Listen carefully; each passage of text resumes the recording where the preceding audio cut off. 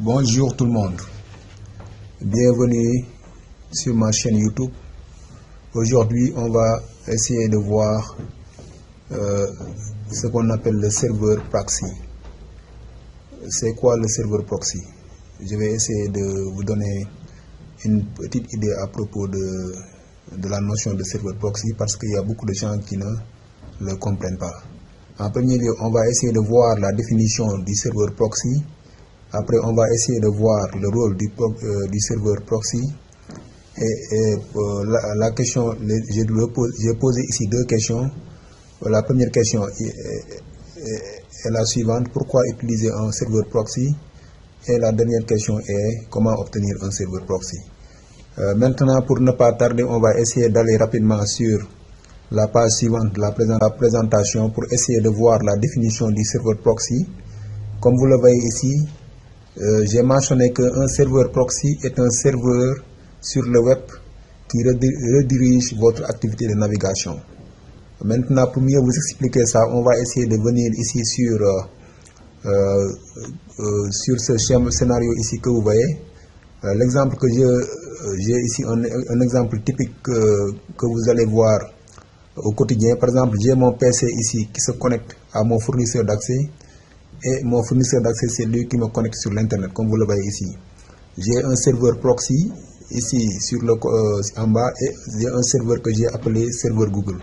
Par exemple, imaginons que je veux aller sur le serveur de Google. Cela veut dire que je tape google.com au niveau de mon ordinateur.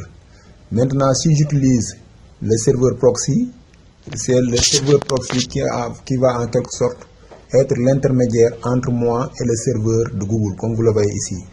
Donc c'est ça que je voulais vous expliquer. Par exemple, si je veux aller sur google.com, au lieu d'aller directement, par exemple, me connecter sur le serveur en utilisant le proxy va être l'intermédiaire entre moi et le serveur de Google que vous voyez ici.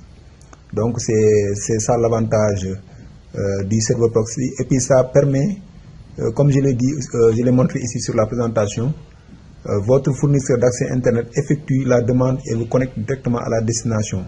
Il révèle ensuite votre adresse IP réelle. Par exemple, ici, retournons sur ce scénario. Par exemple, si je n'utilise pas le serveur proxy, quand je veux me connecter sur le serveur de Google, mon fournisseur d'accès me connecte directement sur le serveur de Google. Mais le problème en est que ce serveur de Google aura la possibilité de voir l'adresse IP que j'ai utilisée ici. Par exemple, imaginons que j'utilise cette adresse IP 41.1.1.99. Il aura la possibilité de voir cette adresse IP.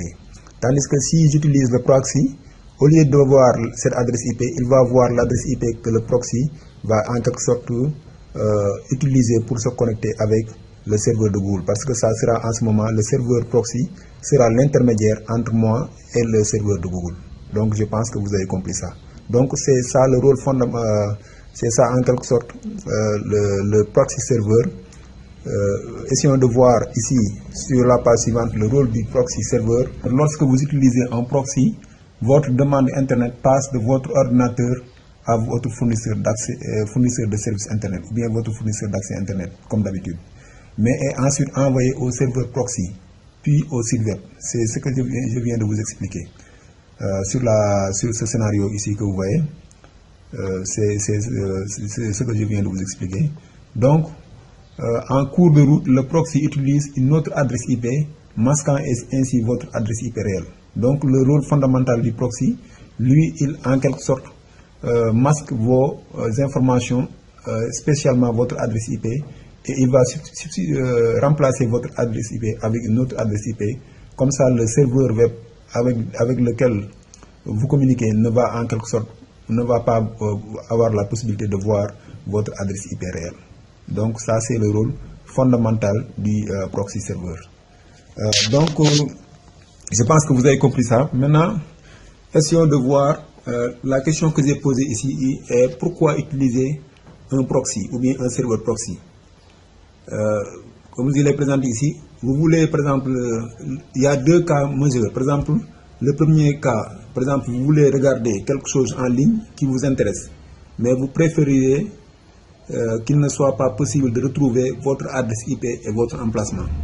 Donc pour ce cas-là, la plupart du temps, les gens utilisent le proxy pour essayer en quelque sorte de cacher leurs informations confidentielles, spécialement leur adresse IP. Ou bien le deuxième cas, par exemple, vous êtes dans un pays qui bloque l'accès Internet à certains sites et vous souhaitez contourner ces restrictions. Ça aussi, c'est tellement utilisé. Par exemple, si vous êtes dans un pays où il y a certains sites qui ne sont pas autorisés ou bien qui sont bloqués, en utilisant le serveur proxy, vous aurez la possibilité en quelque sorte de contourner ces restrictions. Donc ce sont ces deux cas majeurs qui en quelque sorte poussent les gens à utiliser un serveur proxy. Ça, je pense que donc vous le comprenez. Maintenant, la dernière question que j'avais posée, c'est ici, comment obtenir un serveur proxy. Essayons de venir ici pour essayer de voir les deux types de proxy que vous pouvez voir. Il y a des proxys qui sont gratuits. Il y a une multitude de proxys gratuits si vous allez sur l'internet. Et puis aussi il y a des proxys payants. Mais moi, le conseil que je vous donne, proxy gratuit, comme faut pas vous lancer dans la facilité. Par exemple, il y a beaucoup d'inconvénients en utilisant le serveur proxy gratuit.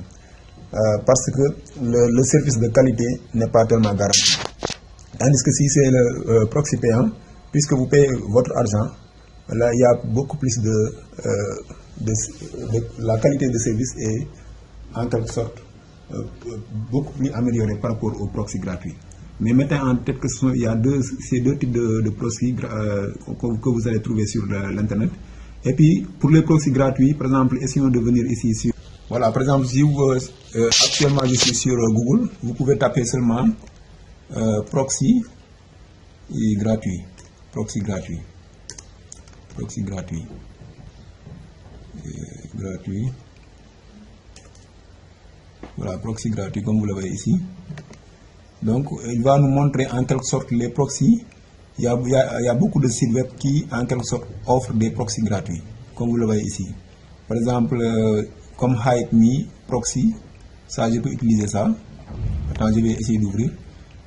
Ça vous permet d'utiliser, par exemple, un site web sans, en quelque sorte, sans avoir à paramétrer votre navigateur. Par exemple, il y a des proxys serveurs, quand vous les utilisez, vous aurez besoin de, en quelque sorte, configurer votre navigateur ou bien paramétrer votre navigateur. Ici, par exemple, si je viens sur ce site-là qui offre le proxy gratuit, cela veut dire, ça signifie, c'est un site en anglais, il dit Hide Me, comme vous le voyez, et puis FR Proxy. Donc, vous mettez l'adresse du site web que vous voulez visiter. Une fois que vous faites ça là, votre adresse IP que vous utilisez avec votre fournisseur d'accès, cette adresse IP sera cachée. Et puis le proxy en quelque sorte va remplacer cette adresse IP avec une autre adresse IP. Donc c'est ça en quelque sorte. Et puis le proxy gratuit, comme je vous l'ai dit, je vais vous conseiller de ne pas utiliser le proxy serveur lorsque vous faites des transactions avec par exemple des transactions avec les sites e-commerce au niveau de l'internet. Parce que le danger en est que quand vous communiquez, essayons de revenir ici sur ce scénario ici. Par exemple, moi, quand je communique, j'utilise le proxy serveur. Toutes les informations que je, par exemple, communique avec le serveur de Google, ils seront en quelque sorte, le serveur proxy va voir toutes ces informations. Donc, c'est ça le danger. Donc, si vous utilisez un service en ligne, un service par exemple de vente en ligne, par exemple vous utilisez votre carte de crédit ou bien quelque chose comme ça, je vous conseille de ne pas utiliser un serveur proxy. Parce que le serveur proxy peut en quelque sorte, s'il y a une personne mal intentionnée au niveau du serveur proxy, il peut en quelque sorte compromettre vos informations. Ça, c'est le conseil que je vous donne. Mais comme je l'avais déjà expliqué sur la présentation, pourquoi utiliser le proxy? Ce deuxième cas, la plupart des gens utilisent le proxy à cause de ce deuxième cas que je vous ai dit. Par exemple, vous êtes dans un pays qui bloque accès à certains sites. Ça, vous pouvez utiliser le serveur proxy pour en quelque sorte contourner les restrictions. Mais je ne vous conseille pas d'utiliser un serveur proxy lorsque vous faites des transactions en ligne. Cela veut dire lorsque vous achetez quelque chose en ligne, parce que si vous utilisez votre carte de crédit, Faut pas avoir, ce que je veux résumer en quelque sorte, c'est-à-dire, faut pas avoir confiance au serveur proxy. Donc, je vous conseille vous pouvez utiliser le serveur proxy quand vous êtes, par exemple, dans un pays qui bloque accès à certains sites. Et puis, par exemple, ce sont des sites qui sont des sites légaux, qui n'ont pas de danger ou bien quelque chose comme ça.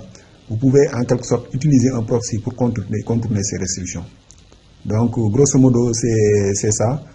C'était l'objectif de cette vidéo. Je vous demande de faire des recherches à propos du proxy parce qu'il y a beaucoup de choses que vous pouvez connaître avec le proxy parce que je ne veux pas que la vidéo soit longue, mais ça c'était seulement pour vous donner une idée à propos du serveur proxy.